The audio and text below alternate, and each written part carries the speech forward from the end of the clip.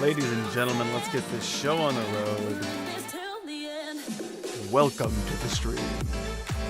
Hey friendo, this is DW here. So we're doing a whole thing. I'm gonna turn down the audio. Holy crap. There we go. Okay, there we go. Hopefully that wasn't too loud in your ears. Okay, so tonight is special. Tonight is just a surprise live stream. Why a surprise live stream? Two big reasons. One, I felt like it. That's the most important thing. I felt like doing a live stream. Two, I've been working on Godot a lot, on the Ludum Dare project that Darcy and I started working on. I've been working on it pretty exclusively for the last 10 or so days since the jam ended. And I'm about to roll out the last kind of big piece of functionality that I wanted to get in there before the jam ended. So, whole thing about that, we're going to talk about that shortly. And yeah, so let's get into this. As usual, throw your comments in the chat. If you're watching this VOD, then throw them in the comments. Yo, it's going to be good. I'll get to those eventually. It's going to be good. And so that being said, let's turn down my audio just a pinch, because it's higher than I like it. Higher than I like. The bars are higher than I want them to be. Okay. So where are we at? Ludum Dare 46. Let's go to the desktop and not look at my Instagram social media crap that you all don't care about. Let's look at Ludum Dare 46 games. So for those that don't know, this is the game jam I entered last week. We still got some time left, and you know what?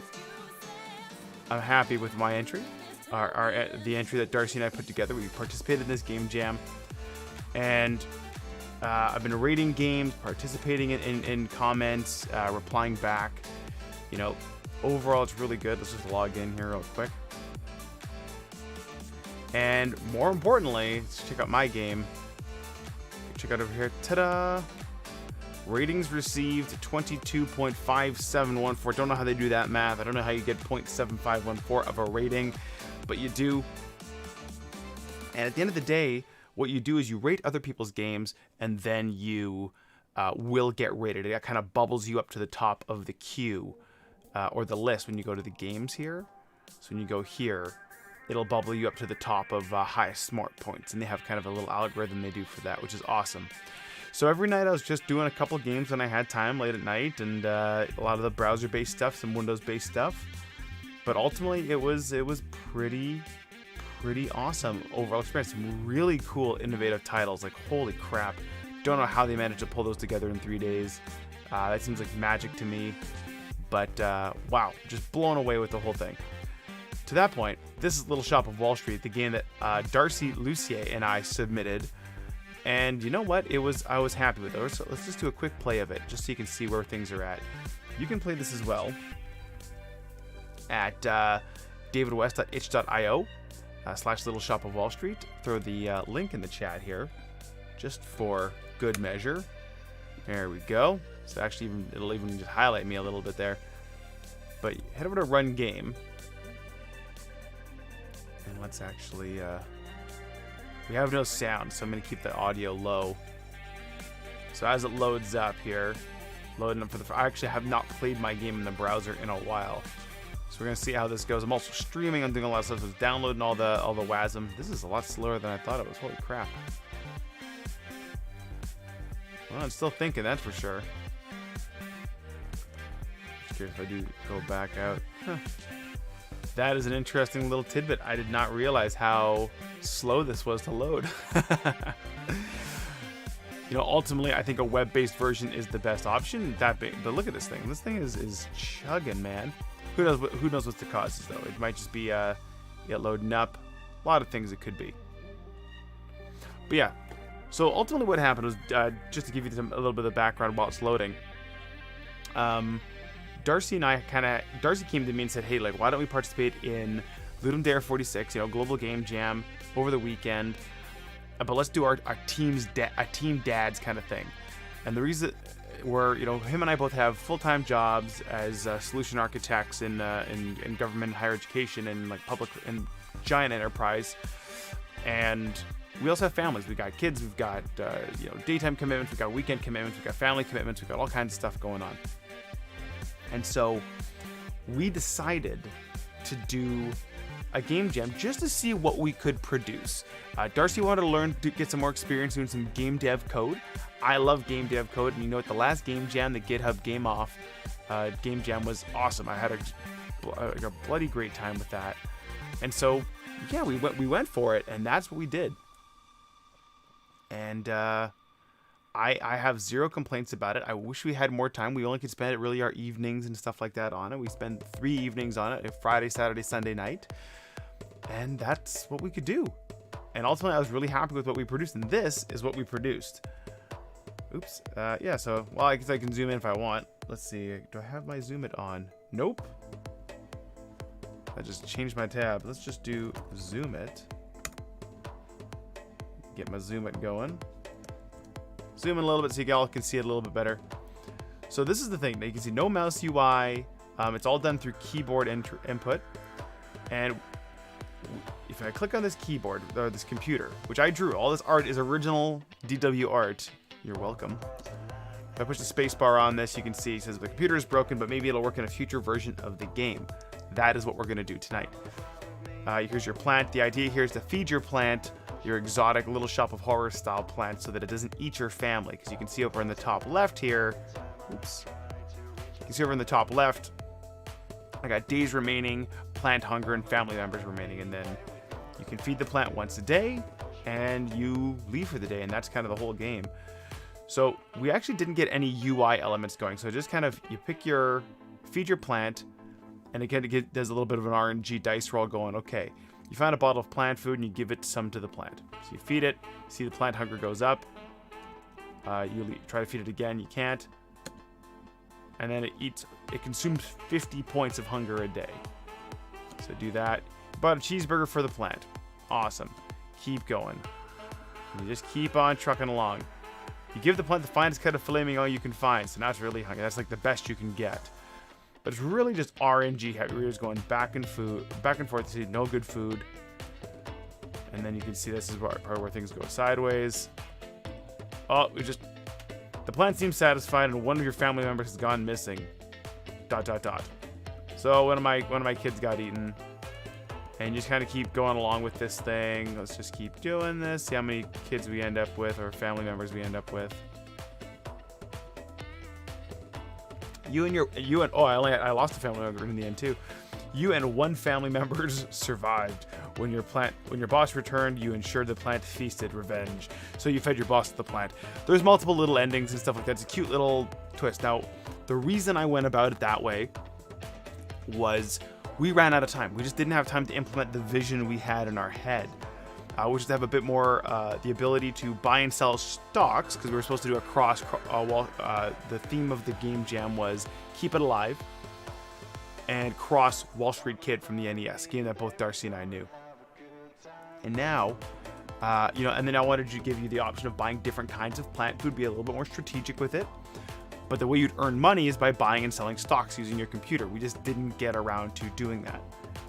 So fast forward, a couple weeks here. And if I go out of this, so let's zoom out. I'm going to go into Godot right now. Like so. Perfect. And what you can see here is game's kind of the same thing, but we've added it. There's a few things that have changed. So I'm just going to run it right off the hop. We'll zoom in just so we can keep the things going here. I want to kind of highlight where we are now. It's a little bit distracting with that backdrop. But anyway, now you can see one of the things I changed is I wanted mouse control. And the reason I wanted a mouse UI is I wanted it to be it's a very simple game. And it actually is easier to use the mouse when you're using the new UI that gets implemented. So you start off with $100 right now. It's no crazy big deal. You can buy a maximum. I got the different constraints set. Buy whatever you want here. I'm going to spend, I actually try to buy more than that. It says you only have $100, so I get a little warning message. So I'm going to buy this food. And the plant hunger is actually just reversed now. now if the plant hunger reaches 100, a family member gets eaten. You can see my funds were gone here. Again, same issue. Oh, actually, no, I've actually stubbed this out. This is actually another piece that we're going to implement tonight, which is the buying and selling of stocks. Just the real basic bare bones stuff. We're going to see how much time we can do in about an hour or two here. And then you end your turn by clicking and kind of just go through it. But you can see here, yeah, I don't have an end game condition because just kind of keeps on clicking. You can kind of keep on going to negative days. And everyone just gets eaten. So you and your family were eaten by the plant. Your boss reported nothing. Game over at the end. Ultimately, I've been spending all of my B time working on this game. I think this game is really cool because I had a lot of vision for it. Darcy and I had some cool ideas. We did a live stream a couple weeks ago where we kind of did a post-game check-in. If I head over to the GitHub page, I don't want to bore you with this for too long. We did a whole bunch of what were the features we wanted to do, and I added those to GitHub and kind of tracked them along. I have implemented some of this stuff. A lot of this is cool polished, though. More specifically, show better graphics, turn music radio, have music, turn it on or off, some sound effects, some stuff like that. But the core gameplay never really got finished because we never got that computer done. And that's what I want to do tonight. So, yeah, let's just actually just do that. Just marking it up so I can edit this later. And so, yeah, this is kind of the big plan. This is what we're doing tonight, is we're going to implement this UI. The thing that I discovered while I've been doing this is actually the use of Godot instancing.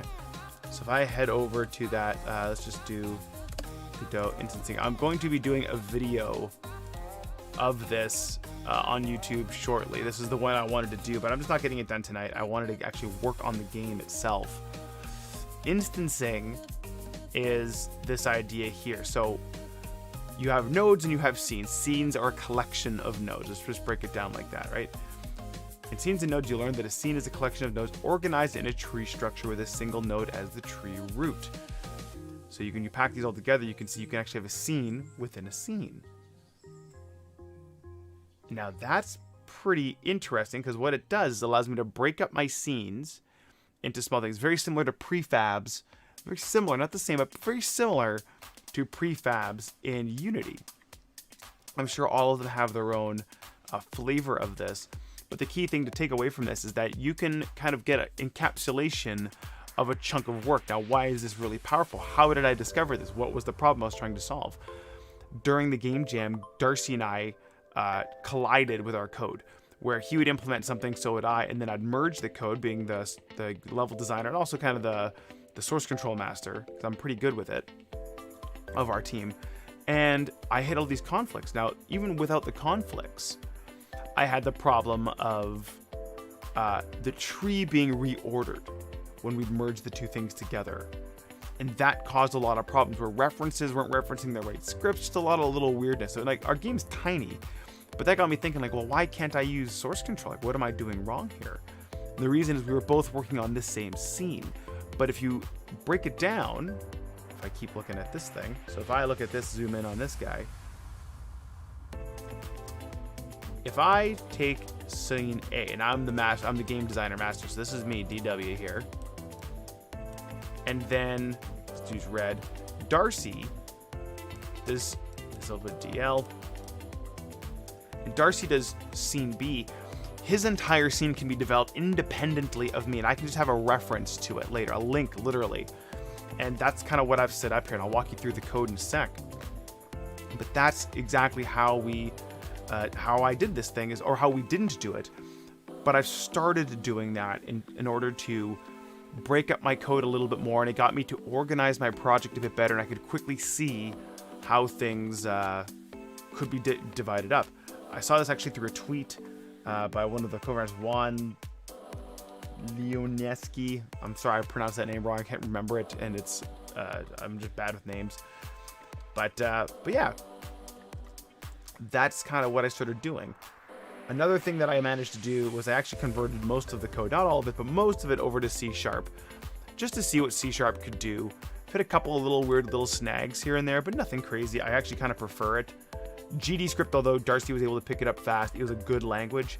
But just I wanted to see what we can do with this new C# tooling, because I know a lot of cool libraries exist in C#. There's a rich developer ecosystem, and plus the Unity development ecosystem is all C# based.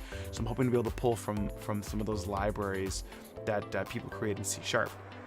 But now, with all that, let's take a look at instancing in action.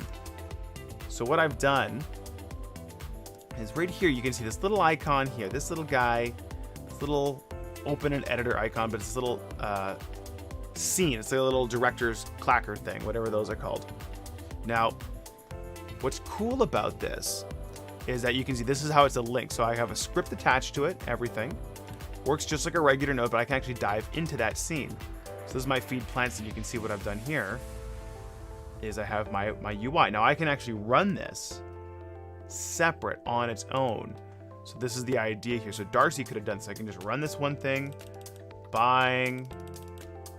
You can see if I look down at my output here, I have my debug statements and do purchase and feed.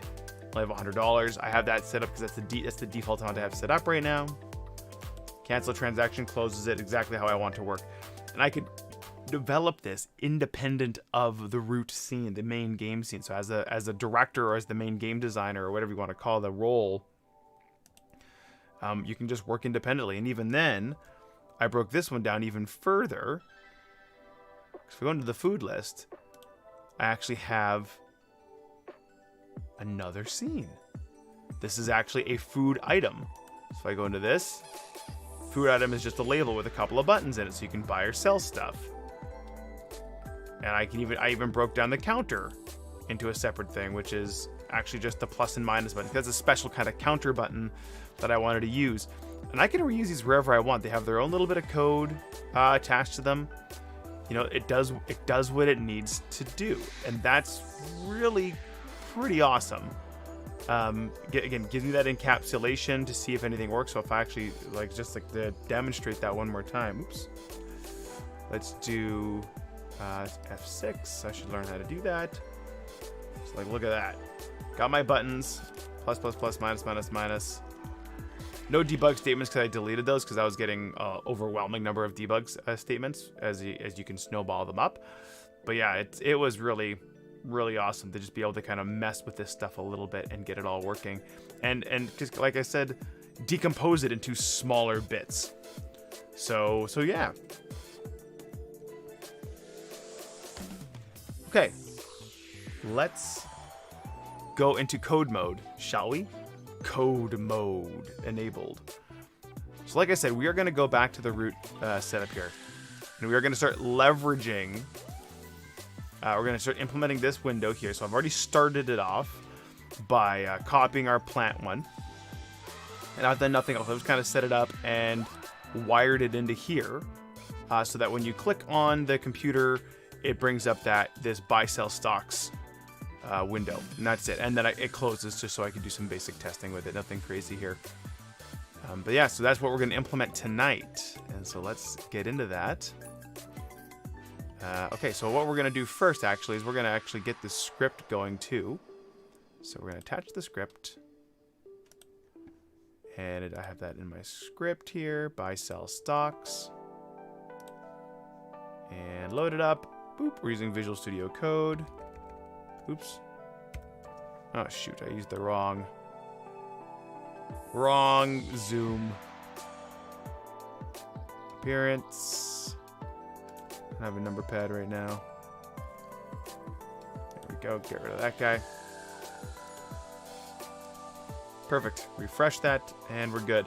So like I said, I've been attaching. Here's my attach signals in here. So I'm only doing the cancel one, and I've kind of got a on canceled. Click through that, and then I have a close dialog method just to kind of shut it down. A couple things I've also learned since then that I'm not going to worry about. I've been kind of keeping all of my signals about buying and selling different things into the individual scenes. So in this case, the buy sell stocks object here, class, will have its own signals where it will fire them off. I'll actually define them inside of the buy-sell stocks setup. I'm having some challenges with that because if I'm attaching to these events, I need to attach to the individual objects. And so I'm trying to figure out a good sort of event manager pattern that I can leverage. A lot of people seem to do it as a sort of a god class that sits way above, and then they kind of set it up as their enterprise service bus or as a bus that kind of fires off events for the entire all the game logic. And any of these objects can emit the events that are defined anywhere because it's all just done by strings. But at the end of the day, I need to have a global spot where I can share all those events between everybody, and then everyone can listen to them accordingly. So I'm just trying to sort that out. That being said, like I said, I'm not going to implement an event manager pattern. That will be an improvement that happens afterwards, or maybe in the next game, something I've learned. But I want to get this done because, like I said, I want to get this done sooner than later. At least the MVP, so I can actually release a new version of this game to the Ludum Dare panel or page saying post jam, and have a post jam link to that version somewhere. And that's the big plan. Okay, enough rambling. Let's get to some coding, yo.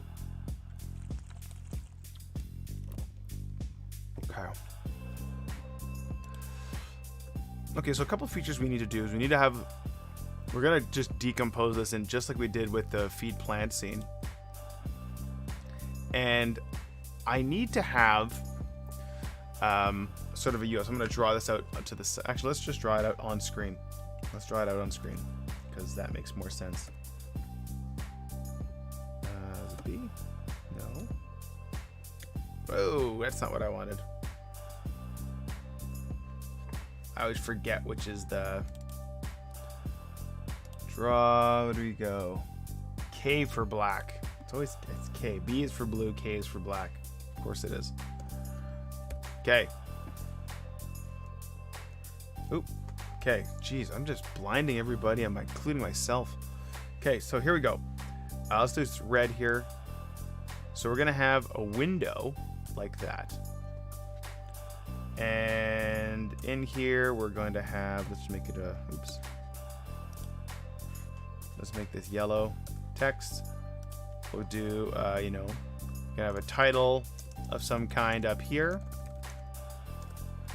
And then I want to be able to buy and sell stocks from the same screen, just to minimize the need for multiple UI layouts and multiple windows. So let's try putting this in pink. So I had a couple things in mind here. So one, what we would normally do is we would have like a list of the stocks. Now I'm gonna assume we're gonna have a static list. That's what I'm gonna go with. I'm not gonna make them dynamic, new stocks, new companies, not yet. Let's go with bare bones here, and then we're gonna do. Let's do yellow again, and then we'd have something like stock 1, stock 2, stock 3, stock 4, and stock 5. Okay, awesome. So that's the name of the stock. Now the thing is, you can own some in your portfolio, which is one thing. The next thing you can do is you can also buy new ones, right? So add them. So you can either add them to your portfolio, or if you have them, you can remove them and then sell them. So there's the buying and selling aspect. So what I'm thinking is if I go over here, I'm going to have a couple of buttons. So let's get B for button. So what I'm thinking of is I'm actually thinking of doing like a plus minus, my plus minus buttons again. Putting here, but I'm wondering if I can multi-purpose them a little bit. So we have, this is not accurate. Pixel, it's not pixel perfect by any stretch. So these are all plus minus buttons. We're just gonna put these here. We'll do plus, minus, and then text. Oops. Oh shoot. Frick. Round 2. Like that. Okay, let's just do one at a time here. Let's just do stock 1. Let's just...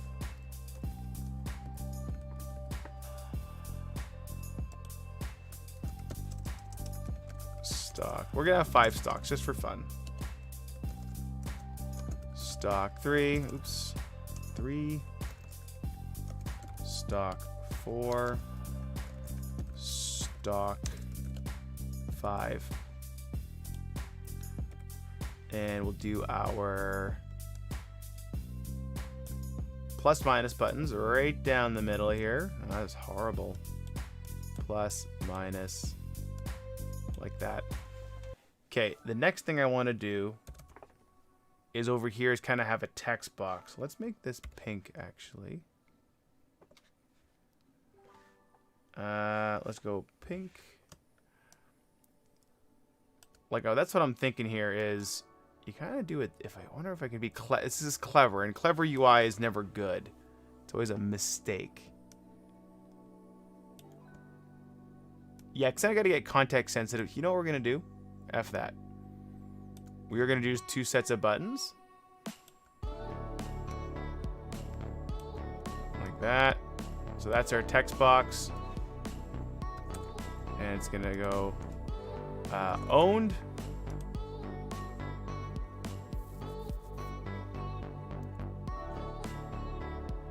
Or rather, go here, selling. Well, that didn't work.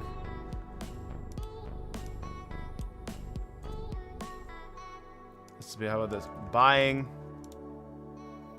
And this side will be selling. We draw our plus minus buttons yet again. Like so. Good stuff. So now we got that.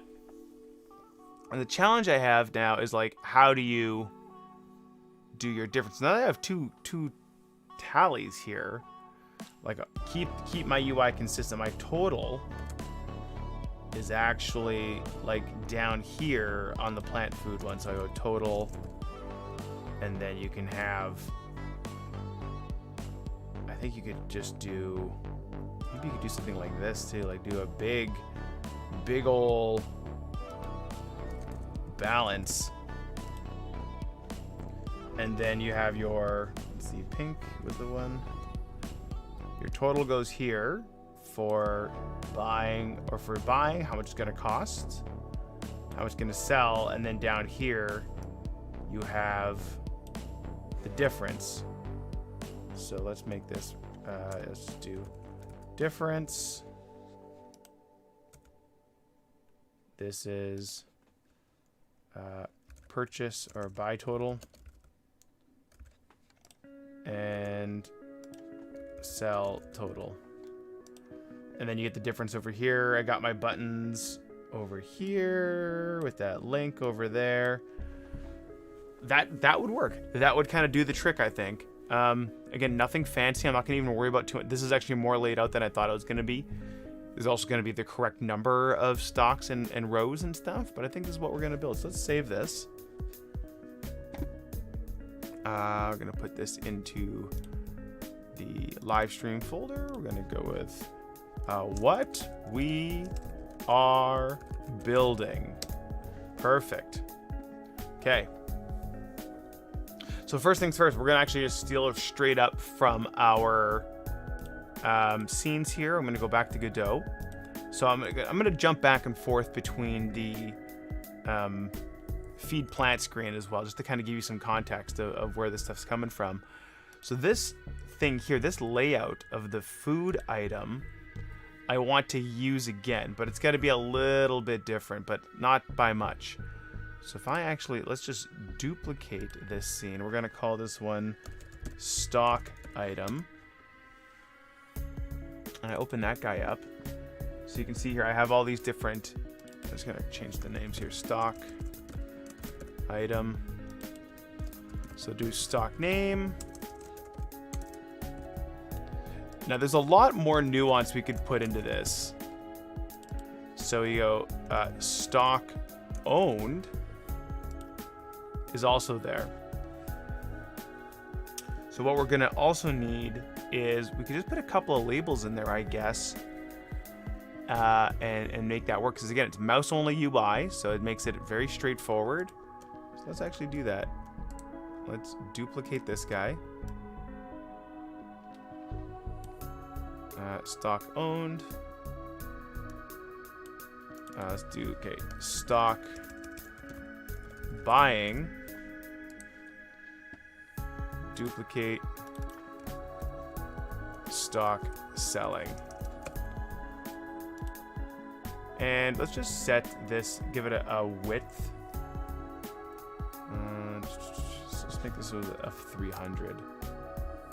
Oh, I can't do that, can I?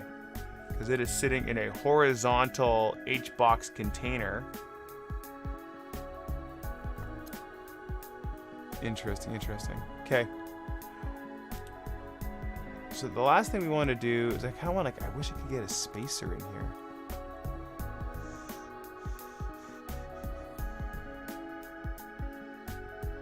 Margin left, does this work?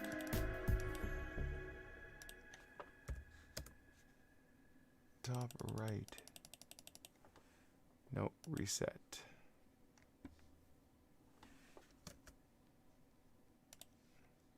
So what I was hoping for is that this name I would be able to reset to whatever I wanted it to be. Right, does this work? That's my margin.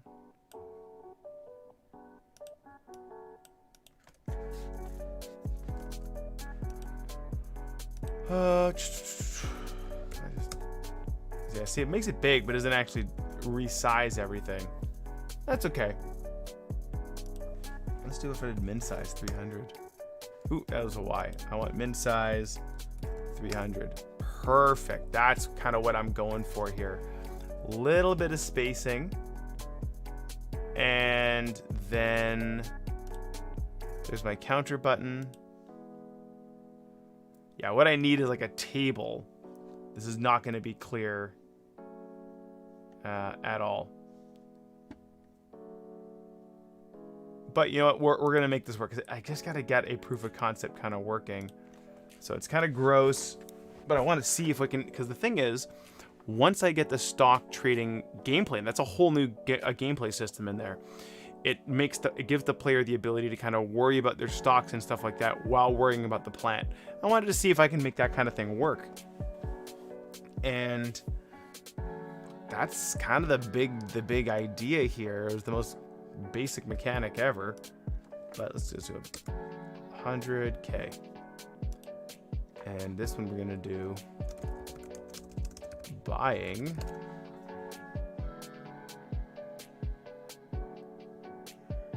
Oh wait, that was the wrong one. What I want to do here is actually duplicate.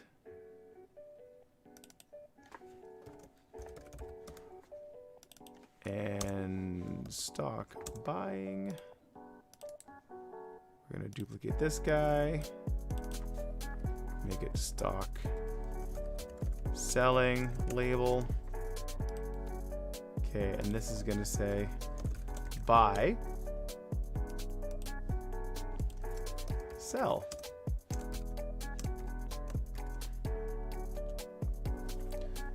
And actually, I guess I need to duplicate this guy.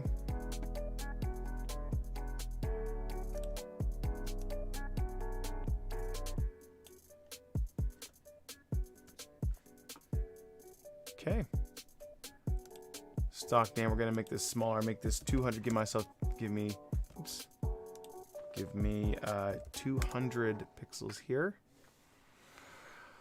And then we're gonna have that there. Okay, so now we've got a little bit of a basic UI going. So we're gonna do this buy counter. This is the sell counter. Great. So let's remove this. I'm gonna clear the script.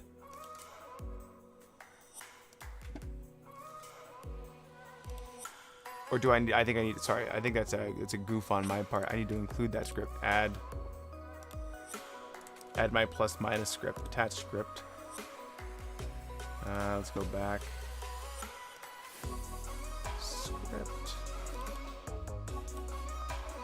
Load good. And let's attach script again. So like I said, this is the kind of the power that comes with that kind of comes with all this stuff, which is kind of cool. I kind of dig this instancing stuff because again, it's really straightforward. You can do it through the UI. You can instance through code as well. If you got to create multiple objects, group them up. If you had bullets or coins or something, you can kind of have a group of objects. In my case, that's not really working, but make sure everything's going okay upstairs.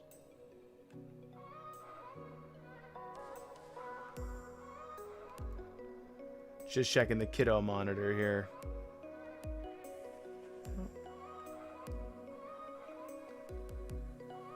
Okay, good.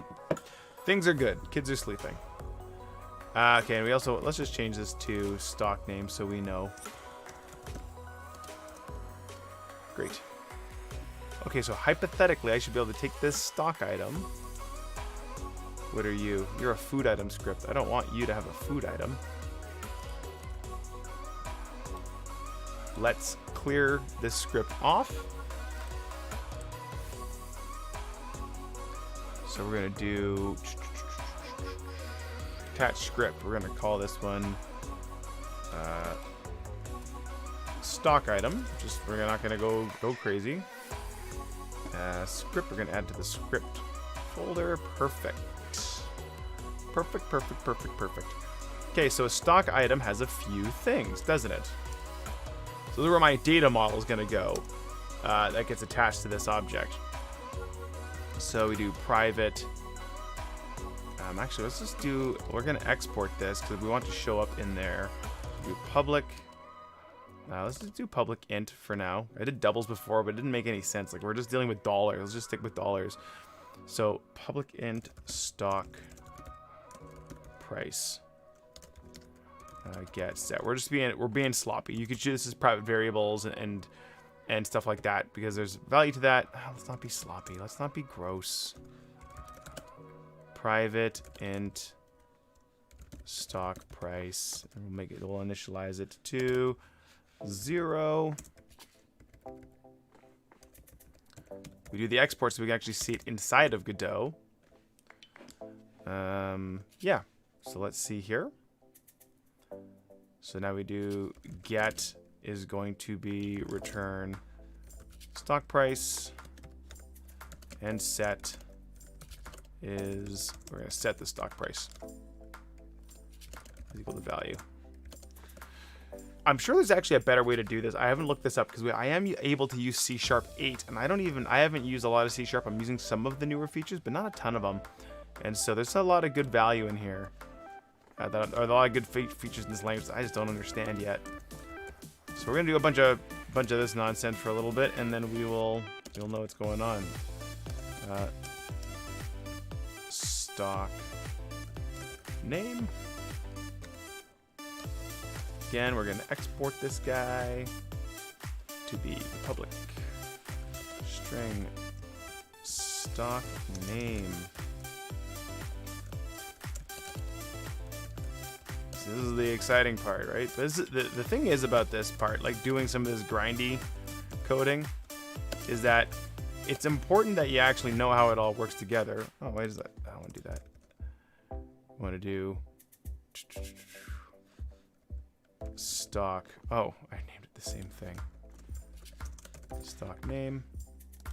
The key about this, at least what I find, is that the more you code with it, the more you play around with this stuff, and the more you kind of challenge yourself to use some of the new features, the better off you are to kind of understand the tooling. That's kind of a thing I do. I find it interesting, to be fair. I find it fun, but that's up to you. Okay, stock item. So let's just start with the basics here. So we're going to undo this guy. KU. Now let's have a private void function update update stock display. So the whole idea here is we're going to actually go and update all the different labels and different UI elements on the screen, or whatever that entails over time. And then up here, we're going to do that. We're going to do, this is a private, so one of the patterns I've noticed that they do is they put an underscore. And what we're going to do here is update stock display. Now, what actually happens in that? So what we want to do is we want to get node. This is the thing I wish C# had a better answer for, but since it's a strongly typed language, you need to cast everything you get. Otherwise, you won't get the variable properties that you need out of it, because you're returning it as a general node. So you have to label the kind of node that it is. But we do have a cool function that I figured out the other day. Get node, we make it generic, make it a label. And that path is what? The path is actually your relative tree structure from where the script is attached. So for us, we're attached here, and we want to go right into our children. So we're not even going to move up or down the tree. We're just going downward towards stock name, let's say. Stock name. We're going to do text. Text is equal to stock name. Get node. Label. Stock price. Text is equal to stock price. Oh. And I need to cast this as a string. So let's actually do, we're going to do string interpolation here. So do this guy. Perfect. So I have a $sign in front of it. We're good to go. Let's save. Save this guy too, just for fun. We're going to close plant. I'm not sure what's going on with plant there, but we're going to just close it. I don't know what that's for. Go back to Godot. So now I have this attached to this script. So when I click on this guy, if I save it, oops, save it, we should be able to see two properties show up on the actual editor. And I'll see what goes back here.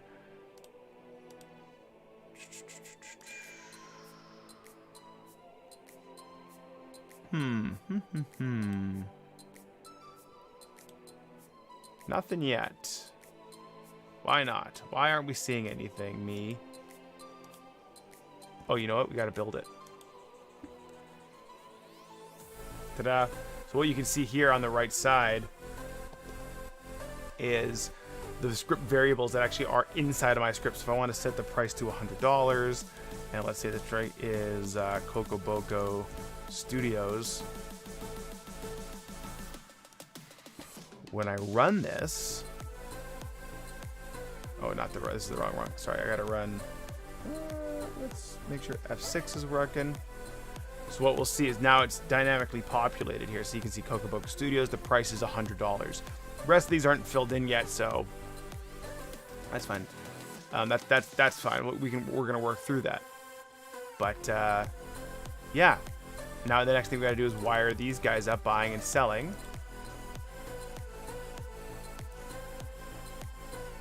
Okay, so let's go close that. So it's funny because, you know, the thing I want to put in there is the stock price. It's almost like I want like a formatted little price at quantity. The one thing I do want to have this, I'm not going to do this, is the difference that you're actually paying. So as the market changes and fluctuates, I want to see if you're buying or selling. That's going to be kind of the thing that I'm not going to get to implement in time. But this is kind of the guts of the game, with a little stock ticker kind of game that resulted in, it was high stakes because your family would get eaten. You know, just be a good day trader and you'll be fine.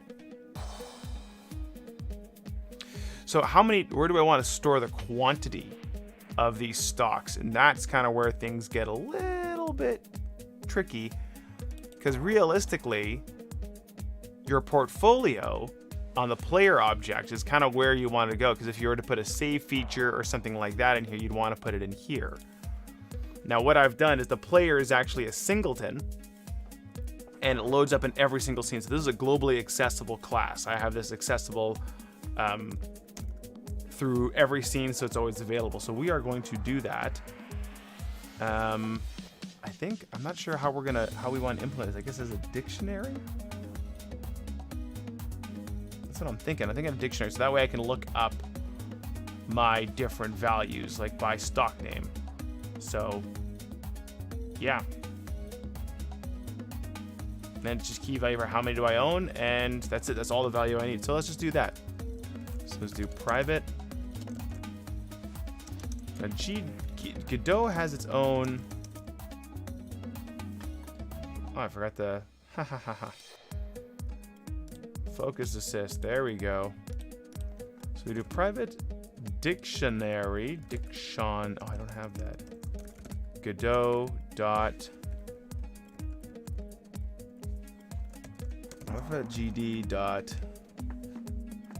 So nothing. So that's just a functional class. So Godot dot. Let's see what we have here. Do we have any dictionaries or? No. Do we have lists? Key list. What is this? Oh, this is just all that. So let's actually include using system.collections.generic. So that way we can do a public or a, private dictionary of type key. The key is a string, which is the name, and the value is an int because it's how many we have. It's the quantity. And we're going to call this portfolio. And yeah, that's awesome. Perfect. So just a new. Okay, great. So that's created. And I'm going to do. We're not going to export this because I haven't gotten the export thing working how I want it to on these singletons, but we're just going to do a public dictionary string int. There we go. What we'll do is we'll do this small p portfolio. Then we do portfolio get return portfolio. We're just going to do the whole thing. There is going to be a better way to do this. There's going to be a lot of game logic in here over time if you keep adding features to this, but we're actually going to do a private set. We're not going to let people do anything to this other than itself. Because you should be able to add to it. I don't want you to be able to set the whole thing. So we'll see, that should work fine. Okay. Back to our stock item.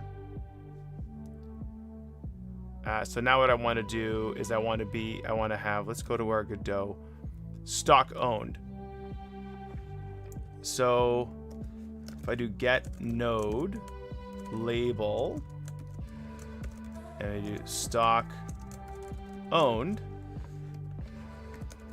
it's going to be text is equal to, I'm going to do another string interpolation thing, or do space at, this is like I say, not the right way to do it, but we do, if I come up here, if I do player,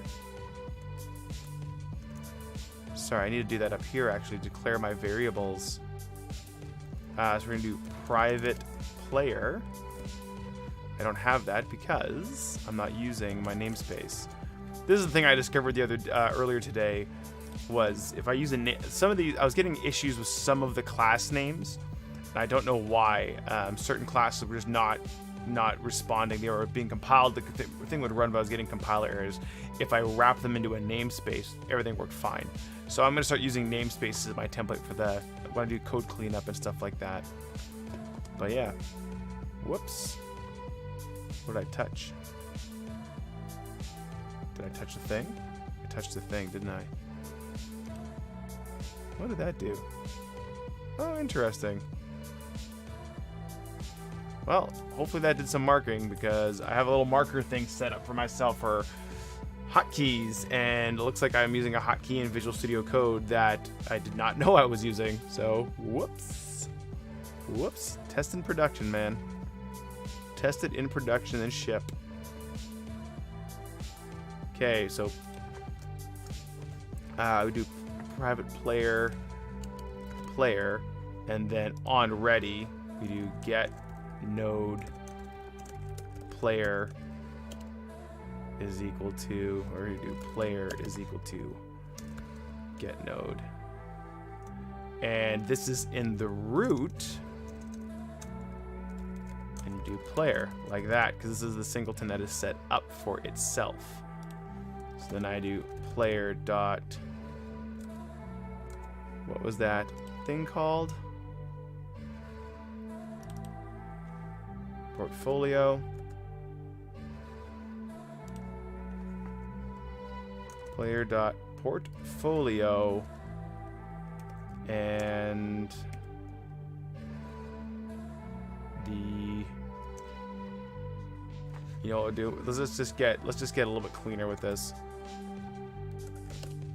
Let's do var or string stock.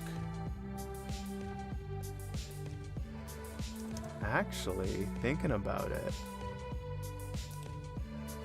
it's interesting. We could do this, you know? Private int stock owned, default it to 0, and then when I initialize this thing, I do stock owned is equal to player dot portfolio. It's actually stock name that I care about, and that's it. Should return me an integer value, and then I can just do stock owned. Bam. I guess we have to end the string though. Perfect. So let's see how this works. I'm not sure how I'm going to set this. You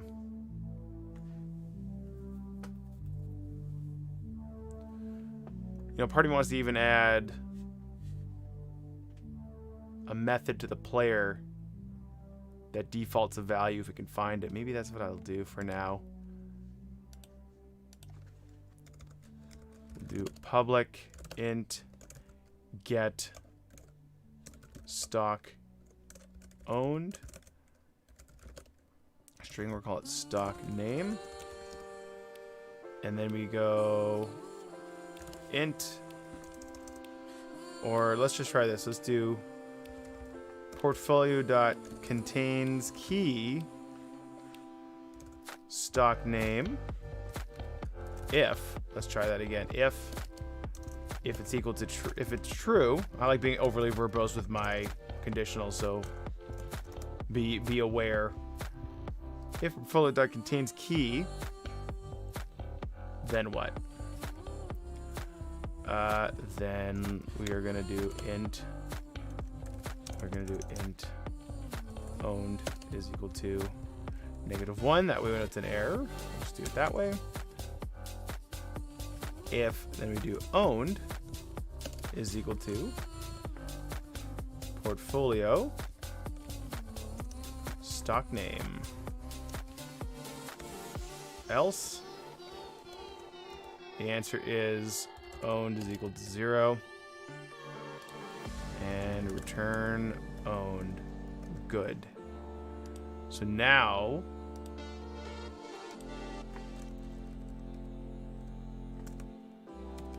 let's go back to this. I'm not duplicating data anywhere, and I'm just kind of going about it, letting the classes do their thing. Get, what was it? Get stock owned. Ugh, maybe I will just do it just for fun. Int stock owned. Get stock owned. Stock name. And then we do stock owned. Perfect. So let's try that.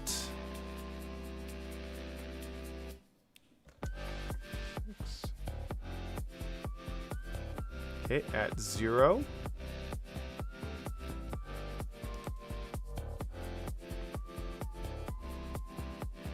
So let's try that again.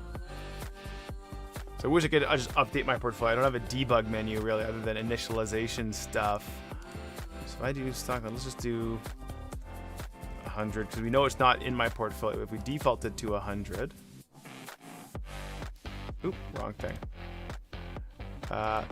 Do that. Poof, yeah, 100 right there. That's exactly what I want to see. Okay. Okay.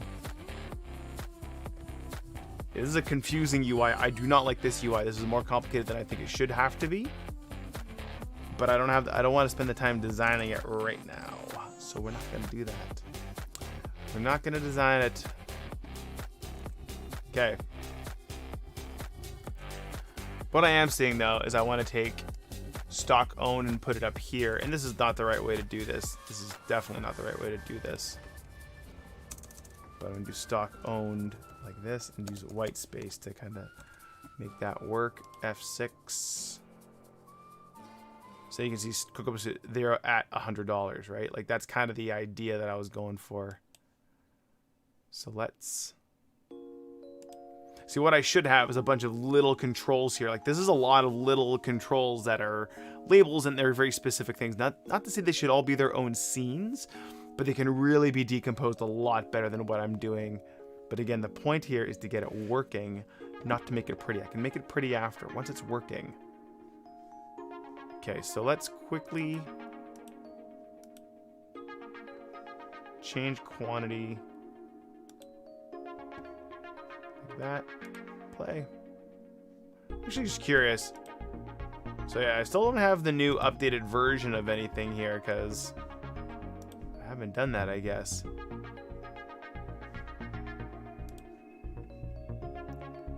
Okay, so now I can see this. So the next thing I want to do is I need to have this buy button make the quantity go up from 0 and sell go down and go up and down. So I can actually do all that logic. It's just kind of grunty logic, but we can do it. So this is the price. Yeah, so we have 100. Perfect.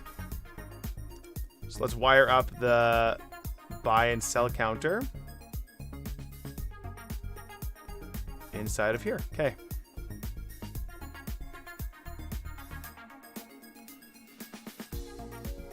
Okay, so again, we're going to do some more private variables here.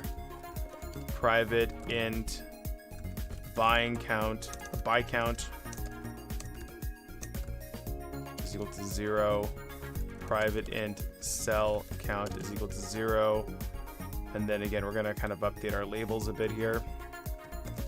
Some copy pasta. And it is stock buying, stock selling. Stock buying, stock selling. And now I do stock or buy count, sell count. Right. Oh, I forgot to change my little standard private variable thing. Good. F6 or mouse click. We got our zeros in there. That's good. Perfect. Okay, the next thing we want to do. Okay, so we want to initialize get reference to singletons. Then this in the ready, I also do attach signals. I do all my attaching of signals in code now, only because I find it a little bit more consistent than going through the UI. I kind of prefer the code method. And so that's kind of what I'm going to have it work out as. So if I click on my buy count, you can see over here, I have a couple of custom, this is my own code, my plus minus control script. I have an increase and a decrease and increase signal, and that's what I'm going to attach to. So if you increase, number goes up. Decrease, number goes down. Plain and simple. You know what? I just realized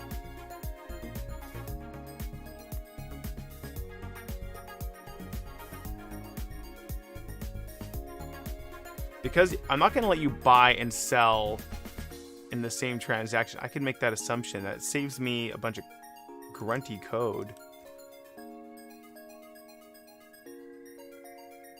Yeah, let's just do that for now. Delete these 3 nodes. So we're going to go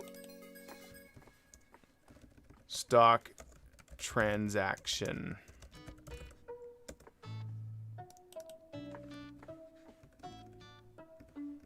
Stock, buy, sell, label.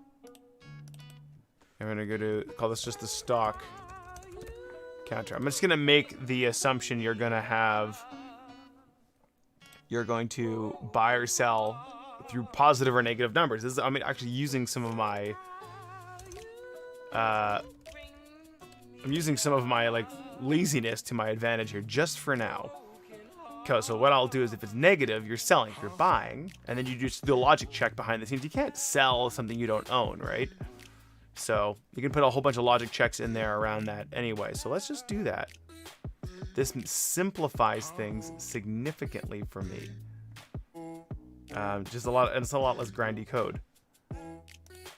So let's do this. Let's change the margin or the min size. We're going to make it 100. We're going to align it on the right, though. Min size, let's make it 200. Give me some room here. Okay, this is perfect. I'm happy to be... I like how my thinking has changed with game development, how it has boiled it down further. That I've been really liking. Like, I simplify things just to get things working. I understand what my intent and my goal is. This has been a practice, that's for sure. Okay, so attaching some stock. So attach the signal. I'm going to do get node. What is this guy? Stock counter. It's an HBox container. HBox container. What do we call it? We called it the stock counter. Ba ba ba ba ba ba ba ba ba ba.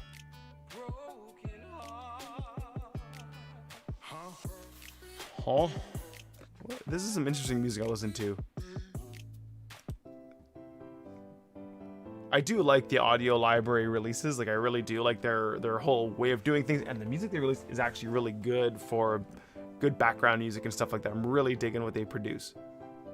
But anyway, sometimes it's just when you're coding, it just does. Oh, I'm not feeling it. So you can change the song. That's what's great about music. You just go to the next one. Okay, so let's wire this bad boy up. Signals. So I'm going to connect to the, what was I call it? It was the increase and decrease. Increase. This, and we're going to call it,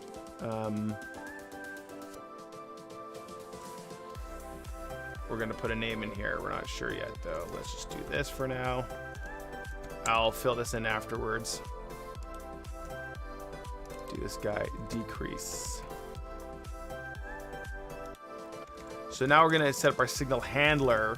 This is the thing that I think I can improve a lot more with my patterns, using like sort of a singleton or a global level event manager class or something like that. Not there yet by any stretch, but yeah. So let's do public void.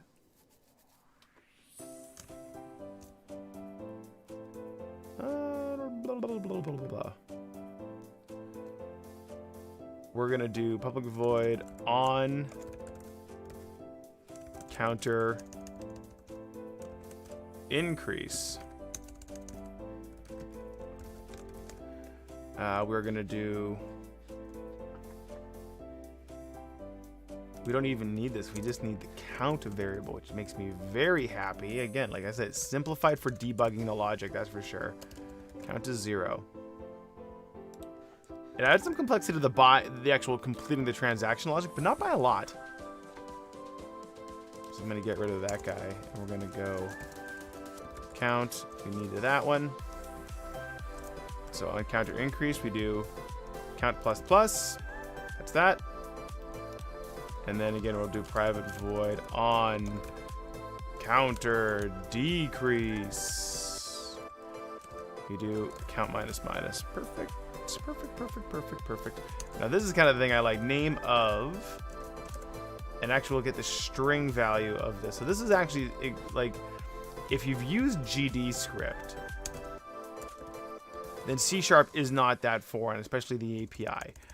There's just some nuances to how to use the language, and like I said, I'm not that familiar with C# anymore, but it certainly is feeling really good. I like having the strongly typedness of it. Although GD script's compiler and GD script as a whole is really great. I wish I had a stronger editor and I could use the editor. There is a nice editor inside of VS Code, but it's not. I'm not able to debug, or at least haven't figured out how to debug from within VS Code, because I like the debugging environment in here. Not to say that Godot is bad, just to be clear. I like Godot, but I like my VS Code, yo. Okay. Only counter increase, decrease K, we got that. So hypothetically, this should all work, because on the update, it does all that. So, F6. Oh, explosion. Errors. Node not found. Stock buying. What node did you not find? Oh.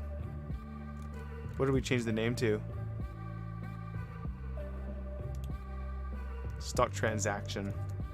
This is the thing. There's also a better pattern for this, for the hard coding of getting nodes. I know there's better practices for this. I just don't know them yet. I've seen a couple things around groups and how you can do stuff around it. I just don't, haven't subscribed to that yet. Stock. What if I just change it to stock count? Because it kind of makes more sense that way. Stock count. Perfect.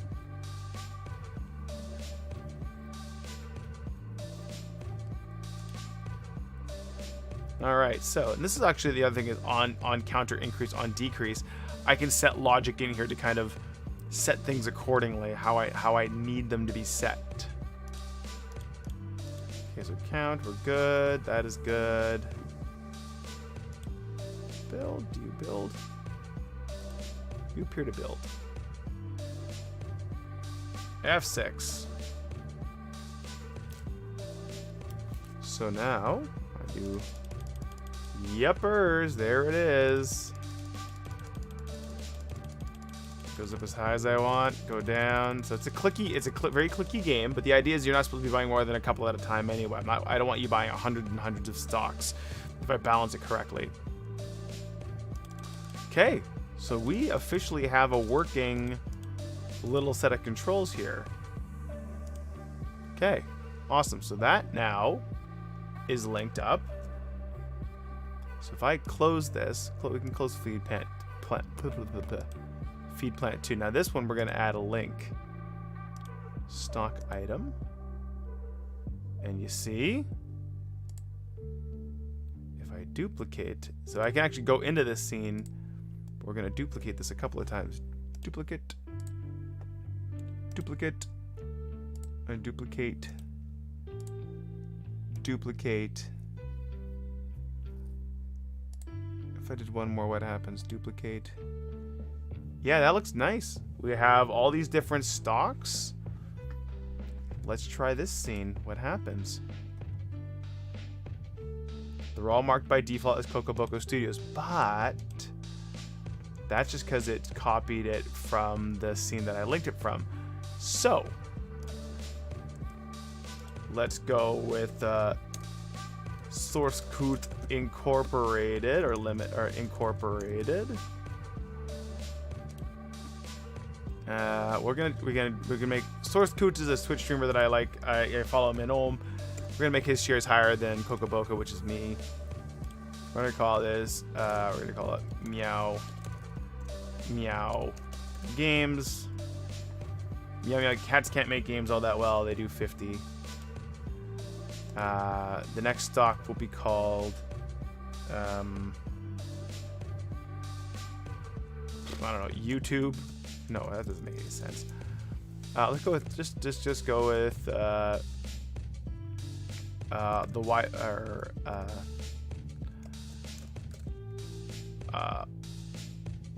Playtendo. They're a great one. That's doing well. They're 300 a share. And last but not least, we got trying to think of someone else. Let's just do DW Inc. We'll just do me. That sounded off. My shares are 9. All right, let's just go with 25 just for fun. So now I run this guy. You can see here, like I said, UI is not a perfect layout, but you can have all your pieces here. So as I increase, this will be the way to sell. I mean, I could actually do buy, sell, and then when it's at 0, and then when I go up, it actually will highlight or low light one of these things. And you can do so whatever you want with the stocks.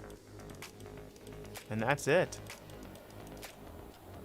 Awesome. See, now this is the power that comes with instancing, right? Because I just reused that I wrote all that code once and then just boom, boom, boom. And it's not even copy paste. If I go and change something in the scene, you see I broke it down by clicking on that little thing there. Let's do stock name, buy, sell label. Let's just use this. I add some white space to it. You can see it changes it everywhere. Call it sandwich, like whatever I want to do. It is a huge value. It's huge value that way. Makes it really straightforward to make a lot of changes all over the place. The original idea when I was kind of mucking around with this was to have a generic item, catalog item. That's where I started for the food UI. If I bring that guy up, let's close this. You can see this is very similar. And honestly, I probably could have now that I actually reworked it a little bit. But there's some differences here that I want to kind of work through. And I mean, I could hypothetically just reuse all this stuff, and then I would have had one big control for buying and selling items. And that's it. And then we worry about the customizations later. But again, hadn't really fleshed it out that well. Okay, anyway. Back to stock item. Let's save that. This guy's done. So, and we reused the counter at least in everything. So this is already less work than the first time I did this with the feed plant. Okay. Let's actually put that under that one. Cool. So the next thing is to compile the total cost. And let's compile that total cost in the script. So this is buysellstocks.cs.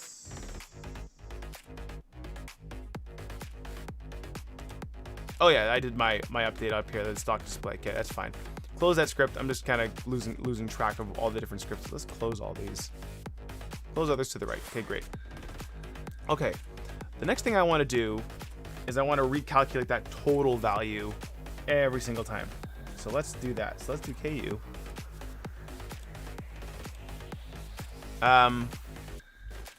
So we'll do another private method for that. We're going to do private void update total.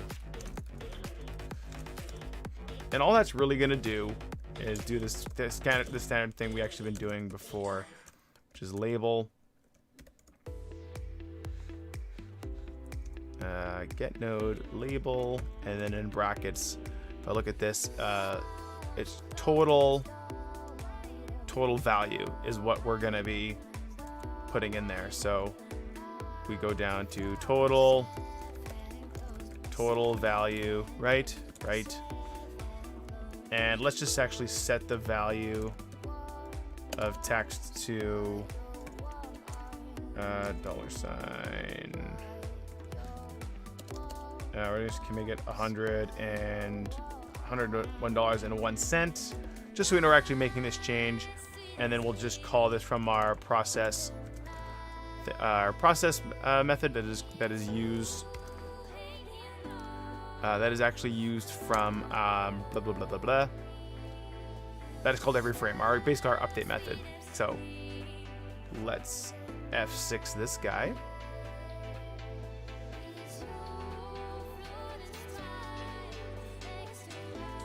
Okay.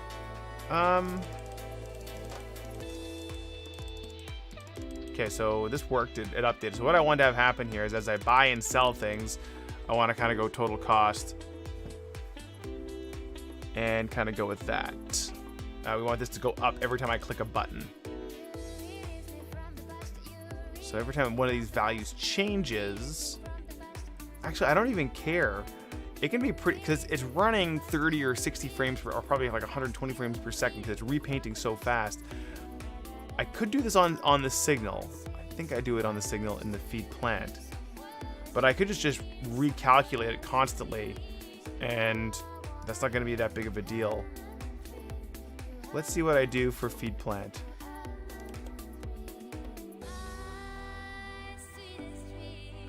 Update purchase stats. When does that happen? Update purchase stats does not get referenced here.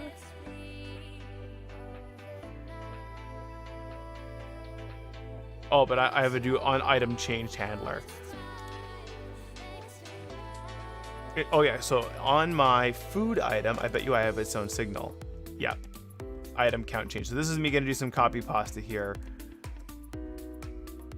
And this is this idea that I want, like a catalog item, like stock count change would be what I want, I guess. So we'll do the same pattern just to kind of keep it consistent.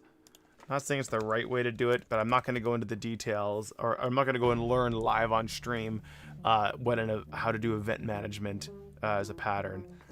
Not right now. We'll come back to that another day, because that's a thing that I can see. The thing that I'm realizing I'm missing a lot of is a full-on game log of all of the events happening throughout. So if I needed to debug someone else's gameplay session, this proves to be a big challenge for me. And I would like to have a very verbose log. I have some dreamy ideas about what I could do with it, but won't get into it here. So public delegate. Let's look at what that one looks like. Public delegate. Void stock count changed, like that.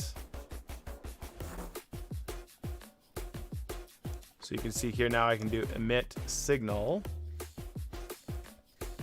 name of, I wonder if that'll actually work. I think it should. So we'll know it changed, and I just need to trigger a... I can actually attach a signal to that. So we're going to do... Oh, hold on a second. Let's clean up my weirdo code that I started with for some reason. Use the generic method. Make it cleaner. So get node on... What is this guy called? This is a stock item.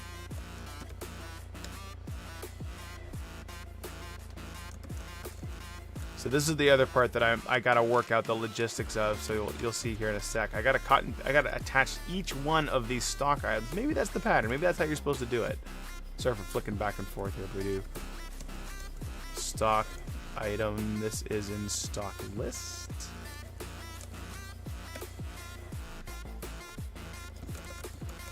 Connect to what I should see.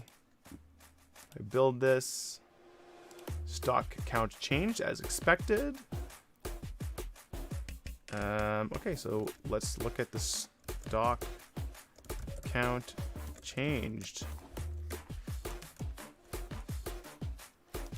And we're going to do it to this, and it's going to be a thing. And that thing is going to be up here. We're going to do public void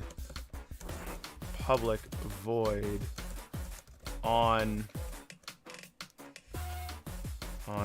stock count changed. And I guess I'm just going to steal this. I don't know why I did it differently last time, but I want to do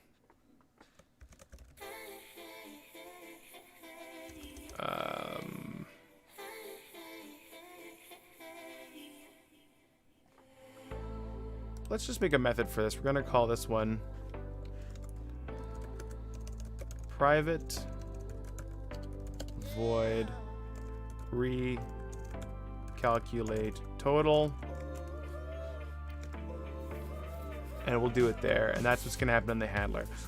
I like making separate methods for this kind of stuff just because, well, the handler has its own kind of need, but this method is kind of encapsulating just the logic to recalculate the total value. And this is all about, you know, for example, the update total will get called up here in the process method because the only job is to update that value. Realistically, should I actually do that? Let's just do it up here. We could just do it just like that because it is pretty straightforward what it's doing. But if there's extra logic that I need to do in there, if you wanted to know that it's painted, or you wanted to put some debug logic in there, that's where you're going to want to put all these different methods. Anyway, name of on stock count changed handler. So 3, 4, 5, 2, 3, 4, and 5. Now I'm sure there's a better way to listen for all of these different signals. Like I'm just not sure how. That's the thing. I like the signals aspect and event management aspect of game development. I did it in Unity before, but again, it's like I need to understand those patterns a little bit better now that these things are growing a little bit more and more. The fact that it's working is making me happy, but I do need to do some more work on it. Okay. So recalculate total. What do I need to do here? What I need is to get each stock item and figure out the value and the prices. So private int calculate stock transaction. How about line item value? And it'll just return a value. That's going to be that. So and what we do is it's going to take a stock item. Let's just call it item.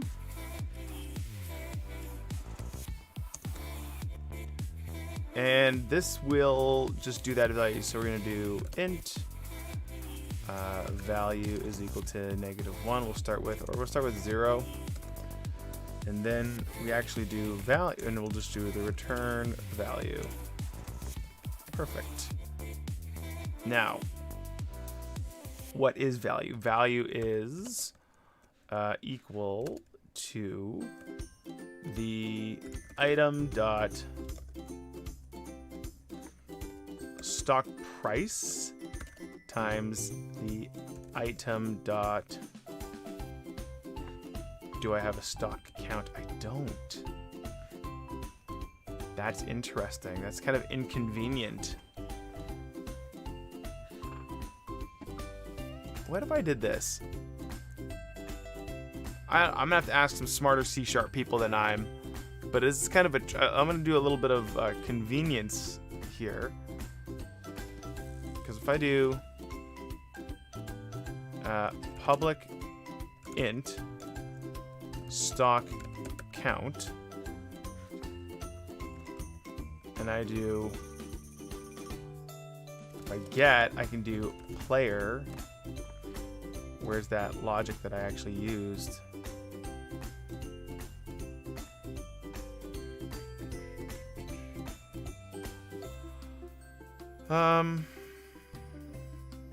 Get stock owned. This is the thing here.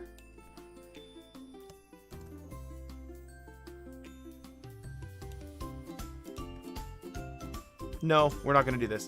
I just feel this is dirty. I was going to actually make a more kind of a cyclical reference to stock item. So that'd be just for convenience for my code over here, but then it clutters. It makes it more complicated over there. So I don't like that. So we're going to do player. I need to get the player now. That's okay. It's a singleton. We can make that work. We can do this. I believe in us. Private player. Oh my goodness. I keep on forgetting I have my new namespace I'm not used to yet.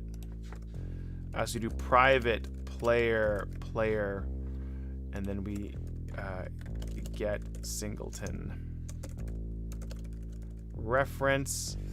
That singleton reference is going to be player is equal to get node player root player, like so. Great. Now, when I go up here, I do player.get stock. Oh wait, no. Get stock. I see what I gotta do. I'm getting confused. So I need to do item.stock. So I have the price and I have. So I have the price and I have the name. What I need is I need to know the count. So I do need an actual count. This is my failure. So we do public int stock count and get return stock count set stock. Oh wait, let's rename the symbol to make it consistent. Stock count. Great. Stock count is equal to the value. And I'm actually going to make this a private set because I don't want to be able to reset it elsewhere. I do stock count. Lovely.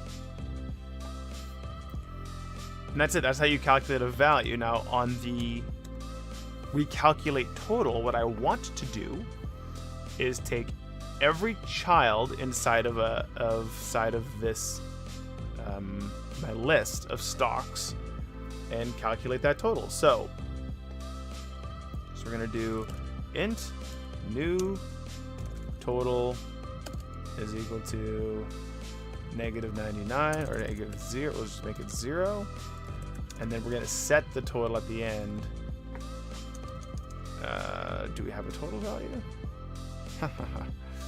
Don't. Private int total. Let's call it total. We'll make it equal to 0. And now, when I take this guy and make it total, perfect. So we're gonna update our we have a new variable to store that. And I'm gonna do total is equal to new total. Great. Okay, I need to go through every single thing in the stock list. So if I do, I think I did this once already. Let's just see what I did over here. Like a lot of this logic is the same, so I'm gonna steal it. Doop. Yeah, see, this is the thing I'm gonna steal. So I actually have a node. I get the children of the stock list, and then I just iterate through them. And since I have all my types, it's nice to have. It's just it knows what it is. So we do for. So we do var stock list is equal to get node. What is this thing? This is a VBox container. Get node dot get children. Do I have a? No, I don't. I just have that. So I do for each stock item I in stock list. We are going to. Oh, what is going on here? Oh, I forgot to put the path in here. Let's do. It's just it's on the. It's just under the main one. So stock list, perfect. And then for each one of these guys, we want to do new total plus equals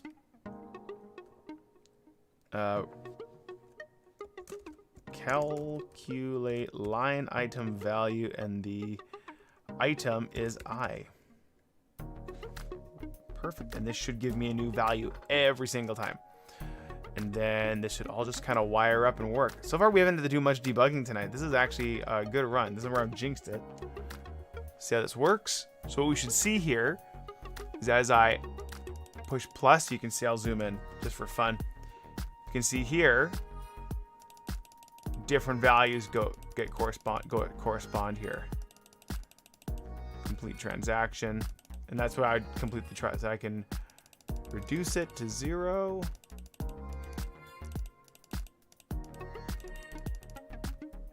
Yeah, 150, great.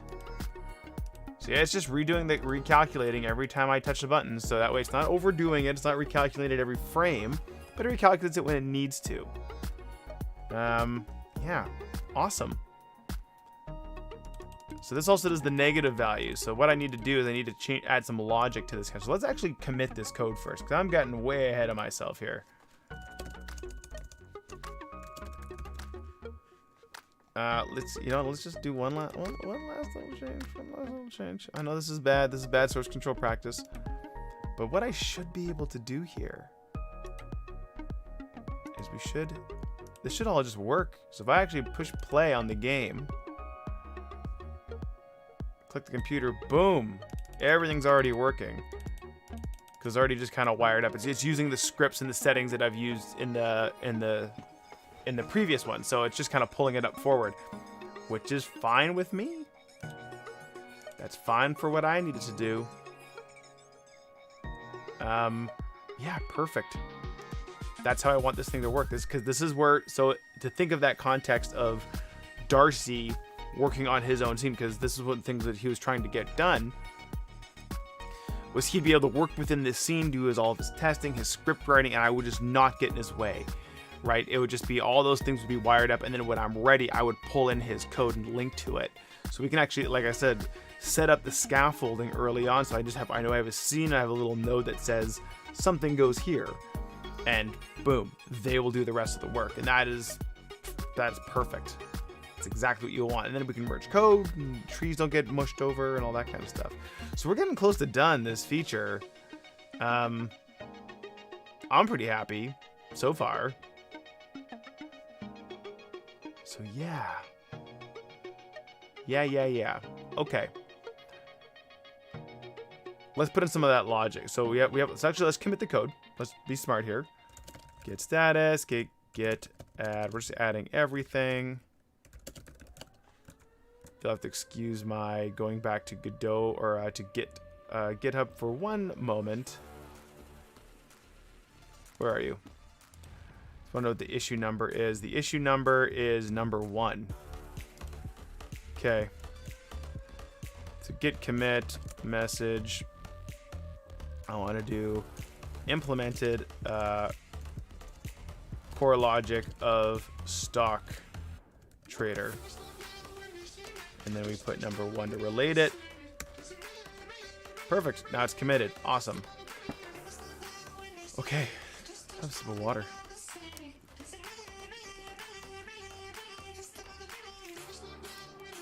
You know, I was going to wait one night and do this tomorrow night.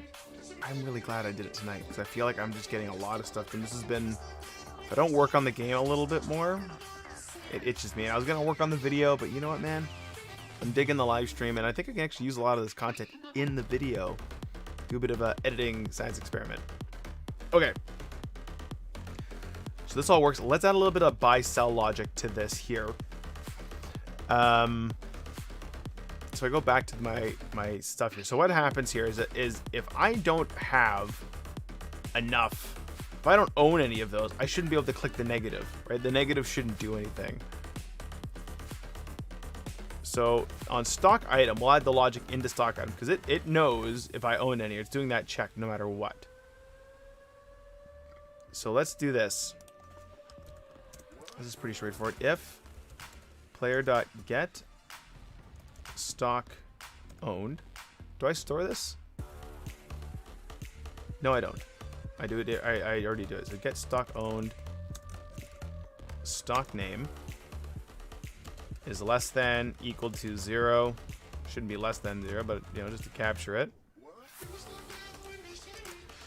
Sorry, if it's greater than 0, then we want to do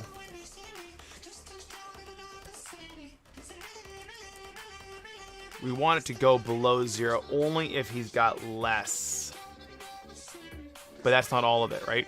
Because if I want to reset it, so we do, if I've clicked purchase 10 times, I should be able to click the negative button 10 times. But if I own 5, and so let's just do this again. If I click the plus button 5 times, right? That means I have 5 stocks in my transaction. Now let's say if I own 5 more. So I already bought 5 on a previous turn. So I've got 10 in this transaction window that I can kind of play around with. So I should be able to click the minus button 10 times and then it should stop counting down. Right, so I should be able to get a -5 as my maximum value. So the question is, does the logic go into the decrease counter? Yeah, let's just put in the decrease counter. And actually what we'll do, we're going to do a private int.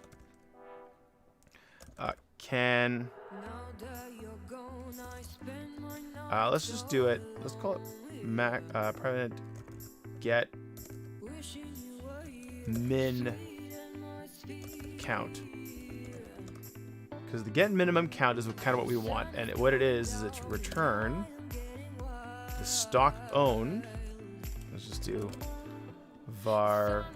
We'll just do it verbosely because it's nicer. It's get stock owned plus the current stock count.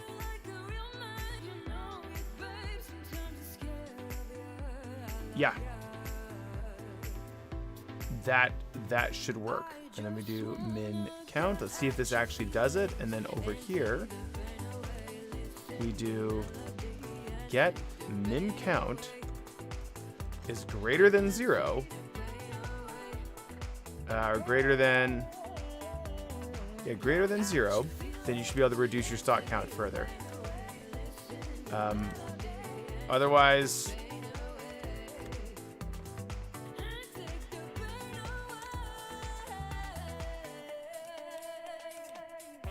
we're going to do gd dot print. We're just going to print a message. You know what? Let's not put an error message. Let's actually do. So we actually have an error message in here. Total error message. So let's actually use that. Let's do another one here. Private void update error or total error. And the string is message. And then what we want to do is we want to do get node to label. That is what it is under total error message, total error message. Fantastic. Text is equal to, what is it equal to, ladies and gentlemen? It is equal to the message. The end. Great. Over here, you want to do update error message. Error. Actually, let's decouple that a bit. Let's call this show. Nah, let's just be sloppy. I think there's a better way to do this. And we're gonna go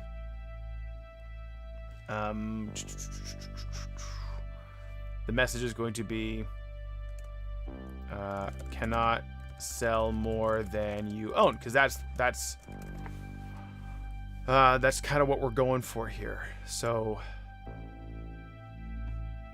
let's try this. This should hypothetically work. A little bit of fun math logic, a little bit of arithmetic-y. So if I click minus, this should fail. It should give me the error message. Boop.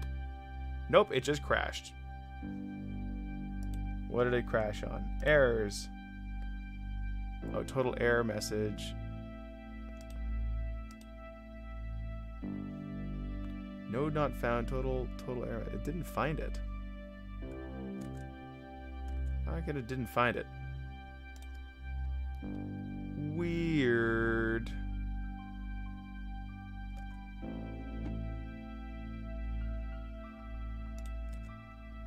Oh, you know why? Because this is the stock item. So this is actually outside. I'm actually thinking of the wrong script. So we're going to delete this code right away. Don't need this. We're just going to stick with our logic. GD print. We're going to call it cannot sell more than min count, which is get min count. Great, so we're just going to print that out in the else statement, which is cool. F6.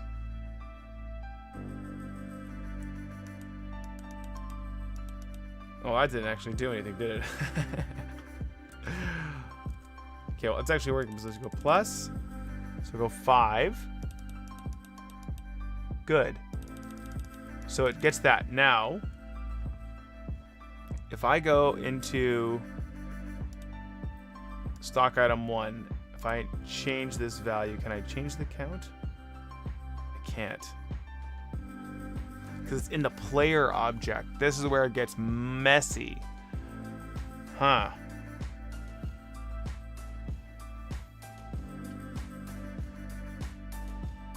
So what I want to do is I want to seed the player object with some extra values. I can't just do that to debug. I can't debug it that way. That sucks. So maybe I do have to do my little cheating method, which is it's going to be a good for debugging purposes at the very least. It's useful. So what we'll do is we're going to add an exported property here. We're going to go export,